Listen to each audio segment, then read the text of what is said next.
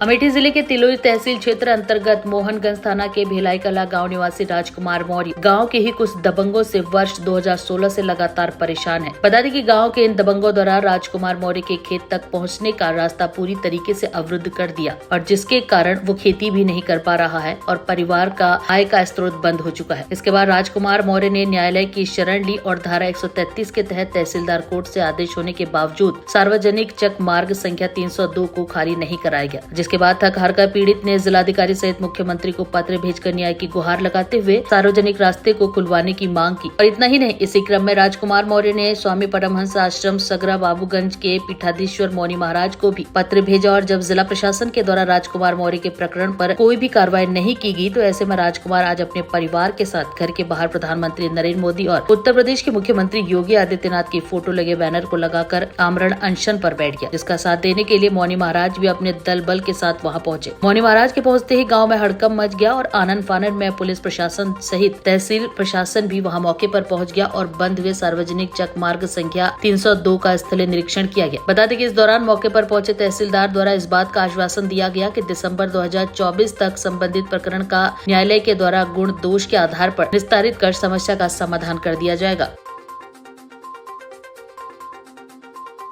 ये राजकुमार मौर्य जो हैं, ये भिलाई कला मोहनगंज तिलोई अमेठी जनपद के रहने वाले हैं। ये इनका मकान है। ये पूरे परिवार के लोग 2016 से लेके अब तक अपनी भूमधरी जमीन पर जाने के लिए सरकारी जो रास्ता छूटती है, चकवार छोड़ता है, उसको सपा सरकार में बंद कर दिया गया। सपा सरकार कुछ गुंडों ने उसे अतिक्रमण करके बंद कर दिया। तब से लेके अब तक ये व्यक्ति जिलाधिकारी महोदय के मुकदमा दायर 133 का उसमें इनको डिग्री हुई, आदेश हुआ, तहसीलदार साहब ने आदेश किया। उसके बाद भी इस व्यक्ति को न्याय नहीं मिला। 21 तारीख को, विगत 21 तारीख को उन्होंने एक प्रार्थना पत्र दिया, जिसमें ये कहा कि अगर मुझे न्याय नहीं मिलता है तो मैं सपरिवार भुखमरी से मरने से अच्छा है कि आत्मदाह कर लूँ, क्योंकि अब मेरे पास पैसा नहीं रह गया है अपनी बच्चों को पढ़ाने के लिए, लिखाने के लिए, माँ की दवा कराने के लिए, बेटी की शादी करने के लिए। उन्होंने एक प्रार्थना पत्र मुझे भी दिया, मुख्यमंत्री जी को लिखा, प्रधानमंत्री जी को लिखा, जिलाधिकारी जी को लिखा, कापियाँ थी और उन्होंने आदेश की कापियाँ लगा करके मुझे भी पत्र लिखा। इन्होंने भी एक सार्वजनिक पत्रक भी बांटा, वो पत्रक मुझे दीजिए। इन्होंने एक सार्वजनिक अपील सबसे की मुख्यमंत्री जी के नाम पर कि ये मेरी सहायता की जाए, मेरी रक्षा की जाए, ऐसा इन्होंने सारे महात्माओं से अपेक्षा किया। और मैंने भी अपने तरीके से प्रशासन को अवगत कराने का निवेदन किया कि देखिए ये काम प्रशासन का है, शासन का है, ये संत महात्माओं का विषय नहीं। इसे आप निस्तारित करें और निस्तारित करके इस पीड़ित परिवार को, क्योंकि अगर प्रशासन सरकारी जमीन नहीं खाली करा सकता तो फिर क्या करा सकता है? क्या करेंगे एसडीएम साहब, क्या करेंगे तहसीलदार साहब, क्या करेंगे लेखपाल? अगर आप अपराधी नहीं पकड़ेंगे फिर क्या करेंगे? क्यों ड्यूटी करते हैं? तो अगर सरकारी जमीन पर अतिक्रमण हुआ और कब्जा है तो फिर क्यों नहीं खाली कराया गया? और ये परिवार आत्मदाह करने के लिए तैयार हो, मुझे पत्र दिया है। तो ये आत्मदाह ना करे, इसके लिए हम संत महात्मा आ गए हैं कि आत्मदाह होगा तो महात्माओं का भी होगा तुम्हारे साथ। केवल पीड़ित परिवार नहीं मरेगा, क्योंकि उत्तर प्रदेश के मुख्यमंत्री जी महात्मा है और प्रदेश का, देश का मुखिया भी बड़ा गौरवशाली प्रधानमंत्री है। इसलिए इस सरकार में किसी हिंदू को आत्मदाह करना पड़े यह कतई स्वीकार नहीं होगा। मैं बीच में खड़ा हूं इन्हें न्याय दिलाने के लिए संवैधानिक रूप से कि अगर कानून रास्ता थी तो क्यों कब्जा किया गया, किनके प्रशय पे कब्जा हुआ, अपराधी उसके कौन है, सब खिलाफ कार्रवाई होनी चाहिए, उसको खाली कराना चाहिए।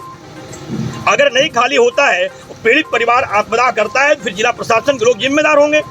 तो मेरी सरकार में प्रशासन भी है तो छवि खराब होगी। इसलिए हम नहीं चाहते कोई पीड़ित परिवार मरे। हम केवल न्याय की दृष्टि से आए हैं, लेकिन तब तक अब मैं यहाँ रहूँगा जब तक इस परिवार को न्याय नहीं मिल जाएगा, क्योंकि ये केवल आत्मदाह नहीं करेंगे। अब मैं भी आमरण अनशन पर बैठ गया हूँ, मेरे साथ ये श्री महंतों की टोली है, बैठी हुई है, और आशुतोष पांडे जी जो 21 राज्यों की पदयात्रा करके भी कल ही लौटे हैं। 16,000 किलोमीटर आप चले हैं पैदल 21 राज्यों में, आप वो भी इस अनशन में सम्मिलित हुए हैं। तो हम सारे लोग मिलकर के इस पीड़ित परिवार के साथ खड़े हैं, इन्हें आत्मदाह नहीं करने देंगे। और मुख्यमंत्री जी से पुनः इस समय इस चैनल के माध्यम से मांग करते तत्काल इनको पीड़ित परिवार को रक्षा की जाए, सुरक्षा की जाए। और जो कानूनी विषय है कि चकमार्ग सरकारी जमीन होती है, उसे कब्जा किया गया, चाहे वो जितना बड़ा अपराधी हो, उसे दंडित करके उसको खाली कराना चाहिए। अन्यथा आतंकवादी हिंदुस्तान में घुस जाएंगे, देश कब्जा कर लेंगे, संसद कब्जा कर लेंगे, विधानसभा कब्जा कर लेंगे, राज्यसभा कब्जा कर लेंगे, लोकसभा कब्जा कर लेंगे, मेरी तहसील कब्जा कर लेंगे, मेरा जिला कब्जा कर लेंगे। अगर आतंकवादियों के डर से कार्रवाई नहीं हुई तब तो कुछ बचेगा ही नहीं, कुछ सुरक्षित नहीं रहेगा। इसलिए तत्काल कार्रवाई की मैं मांग करता हूं, अन्यथा मैं यहाँ अमर अनशन करूंगा। इस अनशन में यदि कोई भी, जैसे आप संत हैं, दिव्यांग संत हैं, अगर किसी महात्मा की शरीर छूटती है, जिम्मेदार फिर तो प्रशासन ही होगा, क्योंकि जानबूझ के फिर प्रशासन की लापरवाही मानी जाएगी। फिलहाल हमें प्रशासन ने ये आने के पहले लेखपाल जी ने कहा था कि मैंने नोटिस दे दिया है, कार्रवाई कर रहा हूँ। ये 20 दिन पहले की बात है, उन्होंने कुछ नहीं किया। और अन्य लोग भी मेरे पास गए, उन लोगों ने कहा हम लोग खाली कर दे रहे हैं, किसी ने कोई कार्रवाई नहीं की। और अंततः आज मुझे आना पड़ा, यह बहुत दुखद भी है और कष्टप्रद भी है। ये पीड़ित परिवार मेरे सामने अश्रुपात कर रहा है, इसकी रक्षा करना मेरा नहीं, सरकार का भी धर्म है। हम तो महात्मा है, मेरा धर्म होता ही है कि कोई भी गरीब हिंदू मेरे रहते मर नहीं सकता, उसको हम बचाने के लिए पूरा प्रयास करें। प्रशासन आया है, प्रशासन की तरफ से क्या आदेश? देखिए प्रशासन क्या करेगा, वो क्योंकि प्रशासन की गरिमा है। हम पीड़ित परिवार के घर में बैठे हैं, प्रशासन के लिए राजमार्ग बना हुआ है, उनके पास लेखपाल है, उनके पास फोर्स है, उनके पास संविधान की पावर है। प्रशासन चाहे मरा तो मेरा प्रशासन 2 मिनट में आतंकवादियों को सीमा पे मार के उनकी छलनी कर देता है। तो 2 मिनट में महाराज जितने भी कीड़े मकोड़े अपराधी हैं, इनको ठीक कर सकता है प्रशासन।